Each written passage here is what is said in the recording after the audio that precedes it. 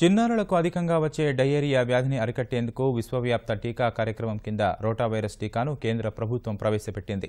ఈ టీకాను అధికారికంగా ప్రారంభించిన కేంద్ర ఆరోగ్య శాఖ మంత్రి జేపీ నడ్డా చిన్నారులకు మంచి భవిష్యత్తును, పరిపూర్ణ ఆరోగ్యాన్ని అందించేందుకు టీకాలు వేసే కార్యక్రమాన్ని దేశవ్యాప్తంగా మరింత ఉధృతం చేస్తామని ప్రకటించారు. అతిసారం కారణంగా భారత్లో ఏటా 1,00,000 మంది చిన్నారులు ప్రాణాలు కోల్పోతున్నారనే విషయాన్ని గుర్తు చేసిన నడ్డా రోటా వైరస్ను ప్రభుత్వమే అందివ్వడానికి ఆరోగ్య రంగంలో చారిత్రక మలుపుగా పేర్కొన్నారు. కార్యక్రమంలో భాగంగా రోటా వైరస్తో పాటు ఐపీవీ, ఎంఆర్, జేఈ టీకాల్ని కూడా కేంద్రం ప్రవేశపెట్టింది. ఈ టీకాల ద్వారా చిన్నారులకు సోకే 12 ప్రాణాంతక వ్యాధుల్ని అరికట్టవచ్చని, తద్వారా 2,70,00,000 మంది చిన్నారులు ప్రాణాపాయం నుంచి బయటపడతారని కేంద్రం ప్రకటించింది.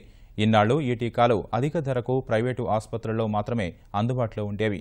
ఇకపై దేశవ్యాప్తంగా అన్ని ప్రాథమిక వైద్య కేంద్రాల్లో ఉచితంగా అందుబాటులోకి వచ్చాయి.